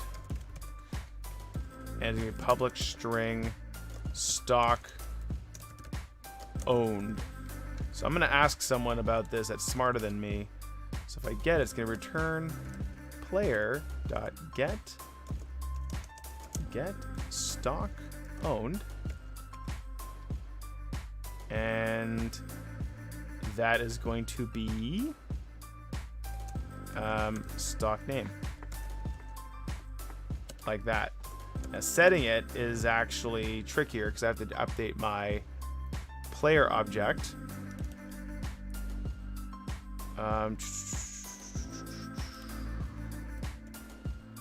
Public int set stock owned, and then string stock name. I could probably do this in the getter and setter itself, but I'm just not going to for now. We're just going to go with portfolio dot add, and that one's going to be stock name, and we're going to do int new count, new stock count. Lovely. New I have to get rid of my extra parenthesis. New stock count, blah blah blah blah blah blah blah blah blah. Save it. I guess I don't have to return anything, so we'll just add that. Go back to our stock item, and then it is going to be player.set stock owned to stock name, and then the value. So like I said, this is not exactly how I like it, but gotta implicitly get what? Oh, this is supposed to be an int. Properties in it. So if I go back, if I do a build here, I should be able to increase this. So let's try this out. Oops. Oh, wrong one. Shoot. Let's just not do that. Let's just not worry about that. F6. So, in the debugging mode here, I should be able to set my values here accordingly, but it didn't let me. Okay, it just blew up.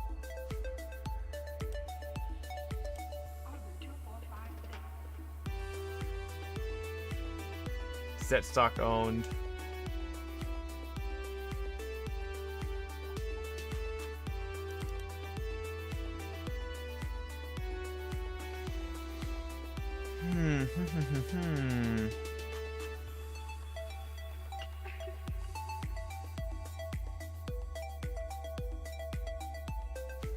Yeah, so it shouldn't do that. This is what I want it to do, but it doesn't really work, does it? Huh.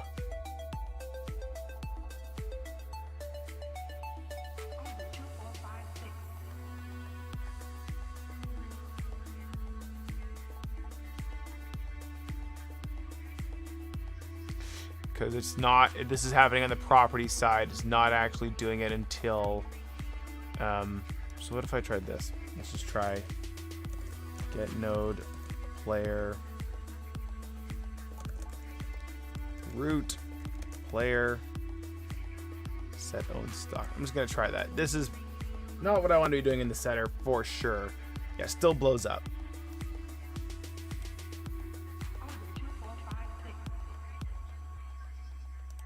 Yeah, so that's okay.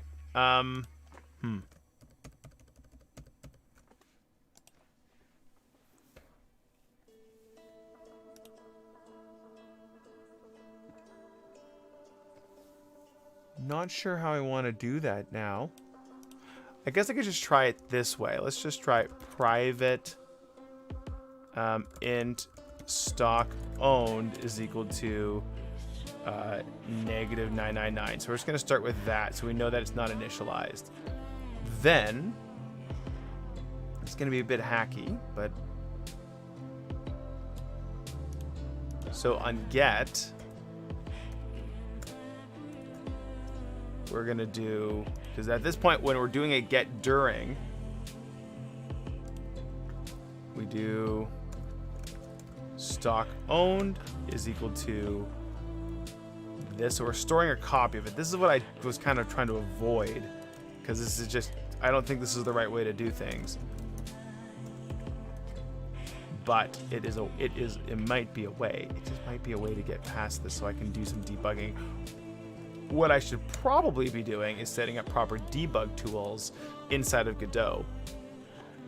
And that I have not gone down there, or setting up a debug UI in the game itself to kind of update the player object as I see fit. But we'll cross that bridge another day. Set stock owned, so we're not going to do that. Oh no, we will. So we do stock owned is equal to value, and this guy we're going to do stock owned. So then hypothetically they should just update it with negative 99 or 999 right away, and then it should might actually work. Let's see. Kaboom. Yeah, it does not like this.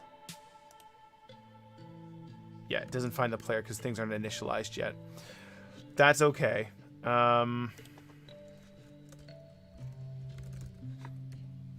That's okay. We're gonna nuke this whole thing. My hack isn't working, which is good. It shouldn't work. Let's do a little bit of debug in here, though. Debug reference. Let's just do, now that we've initialized it, it's on already. Player.set stock owned. We're gonna do stock name, and we're just gonna give me 10 of each, no matter what. Let's just see how this looks. Yeah, so now I have my 10. That's fine. I should be able to sell 10 though, and that works. See. So if I don't want to do that many, I can just kind of go that way. So there we go. Perfect. Cancel. Awesome. let's stick that. So let's just do to do remove debug property.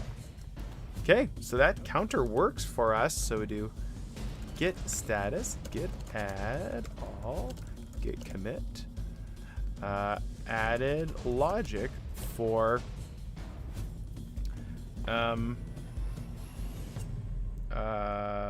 what is it?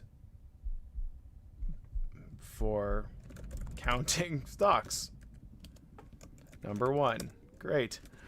So the last thing I want to do is I want to actually complete the transaction. So on complete transaction, I want that to actually complete the transaction. That actually kind of makes sense, right?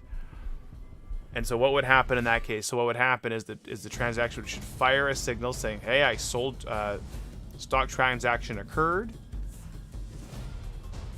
And it should also update my funds. Now, if I remember right, I go to my plant or my feed plant. I don't have a signal for that. What about player? I have a funds changed event. That's what I want to have happen here. So let's start me off with $1,000.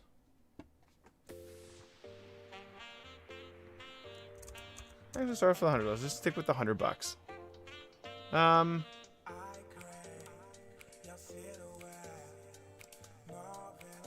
So how did I do this in my old code? Let's get rid of that wire and let's just scroll down here. Set error message, that's fine. Reset dialog, that's fine. This is all polish. On purchase clicked handler. So I actually do the purchase in the event handler, which I shouldn't be doing. So yeah, look at this. I can actually steal this. Let's just steal this. Let's steal past me's code and let's just use it as mine, and that'll be great. That's an awesome idea. So let's just do it. Okay.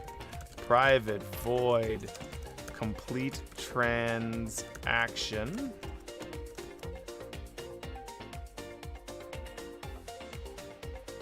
Does the player not exist in this context?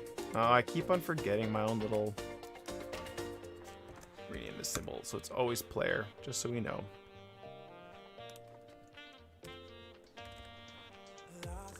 Okay, we don't need plant, that's for sure.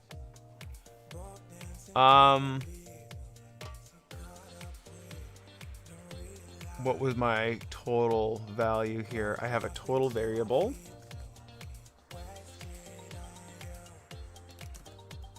So what else needs to happen? I need to update the player's portfolio is what I need to do.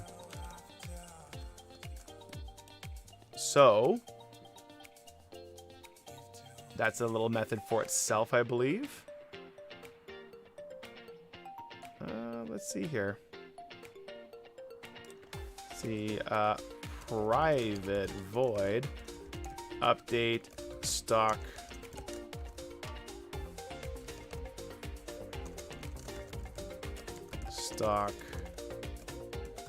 count. We do stock item is the item and stock, or we do int is the delta that I'm going to be adding. So if you did a sale, if your value is negative, you want to apply that. Okay, so then we're going to do that logic is player dot portfolio item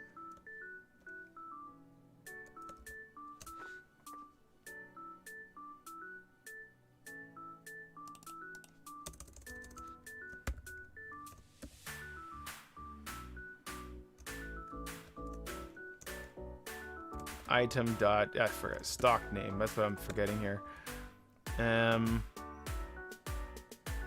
will be equal to or plus equal to delta.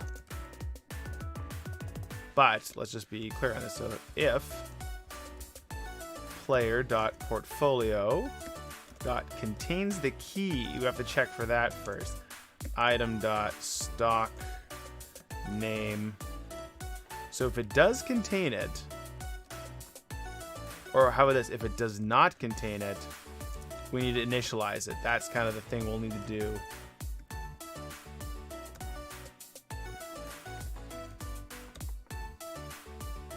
So we do zoop, zoop, zoop.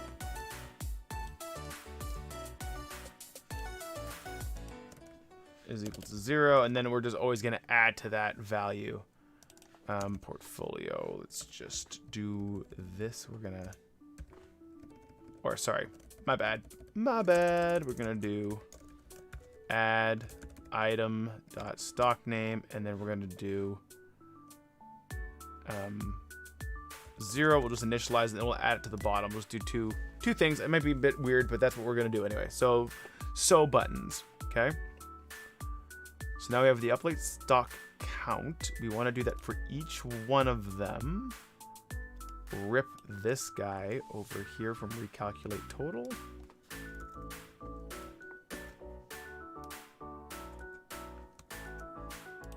Got the stock list.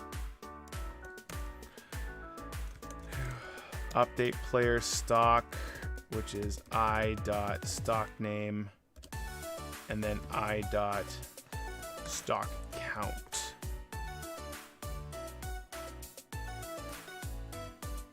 Update stock count. Oh, okay.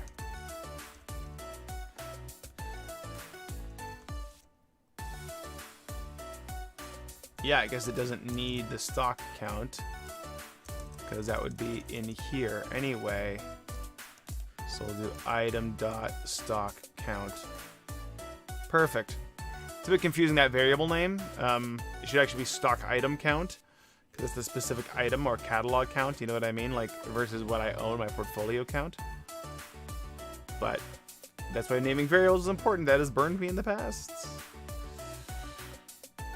Okay, and we're in buy sell stocks. Let's do this private void set error message string message. We will do that.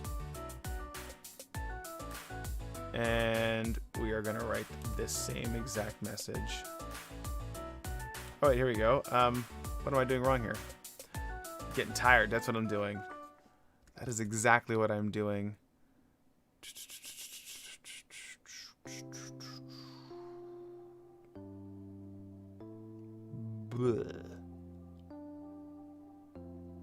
What was I trying to do? I was trying to set that value. So I need to go back to Godot. Total slash. What is it? Do I not have a error message in here? I do. Total slash total error message. There it is. So we do get node label total slash total error message dot text is equal to message. And then we do, actually we're gonna just var node is equal to this.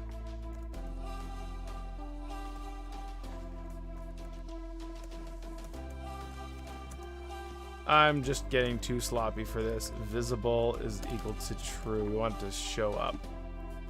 Okay.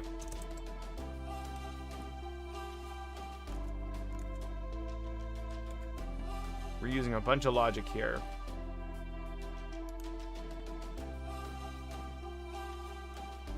So if I try to buy, I have $100. So if I try to buy 2 of these, complete.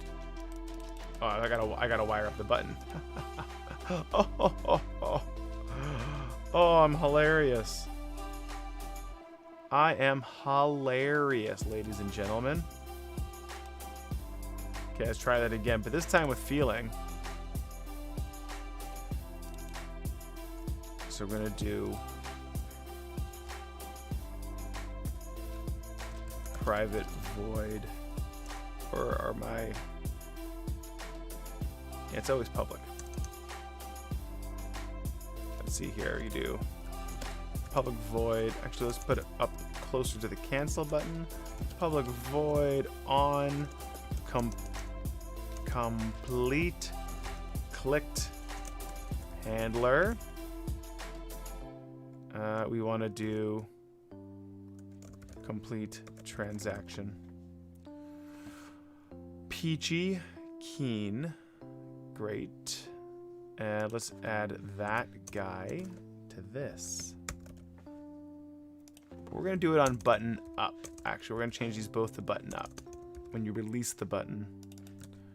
What is that button called? It is called purchase button.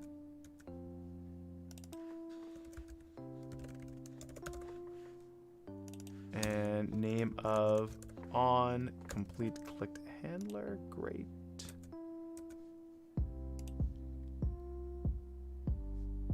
Oh, something exploded. Errors. Specified cast is invalid.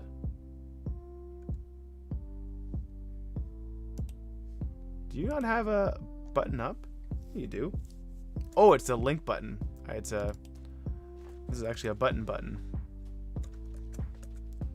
A button button. That's the technical term for it.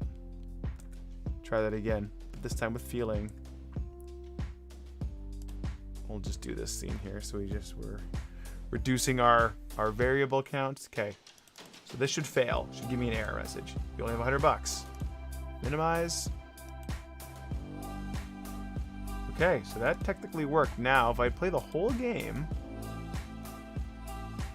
here's my 100. I'm going to zoom in a bit so we can all see a little bit clearer. Now, click. Still fails. $100. Boom.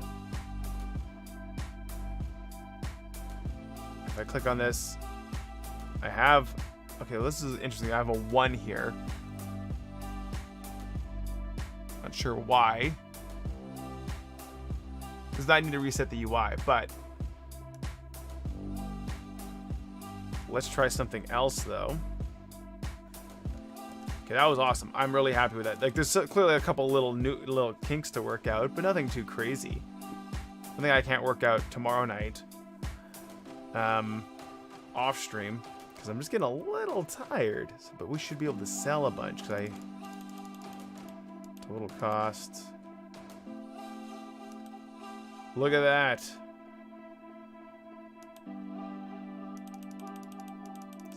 But I can only buy 5 steaks at a time. Oh, snap. And the plant. Okay, this is awesome. So this is some of the things I've been kind of playing through in my head about really basic gameplay that you could add to this. So it's not just about keeping the plant from eating your family, but it's also about not killing your plant. Right? Because you want to keep the hunger level. You don't want to feed it like 9,000 hamburgers. Right? You could actually do something around like, well, you know, maybe you're going to do a little bit less. Now, that is, I have to do some balancing on this for sure. Because now if I click on this guy,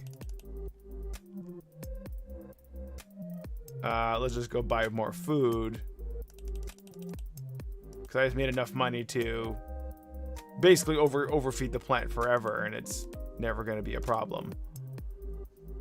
Like, I even got a little scroll bar here. You and your family survived without issue. Your boss, surprised, thanked you and gave you the plant, which solved all your people problems for the rest of your days. You survived. Okay.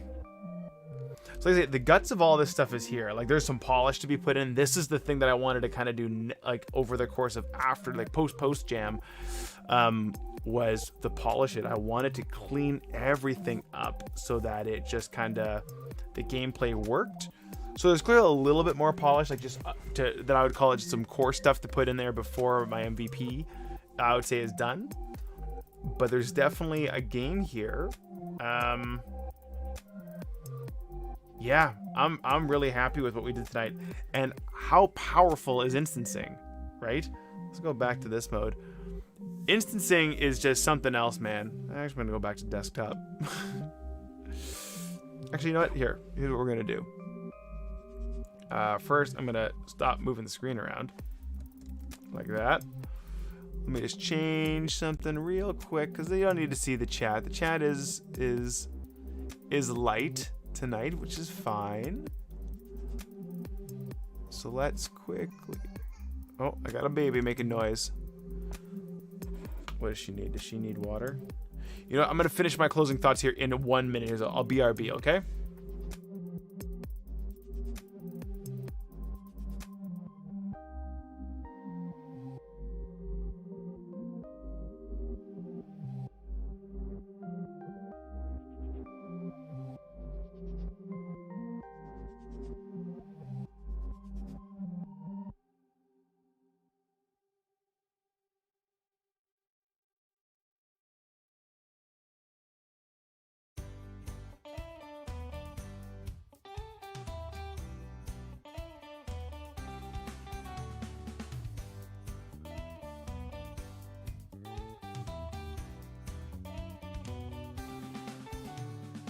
Mic on.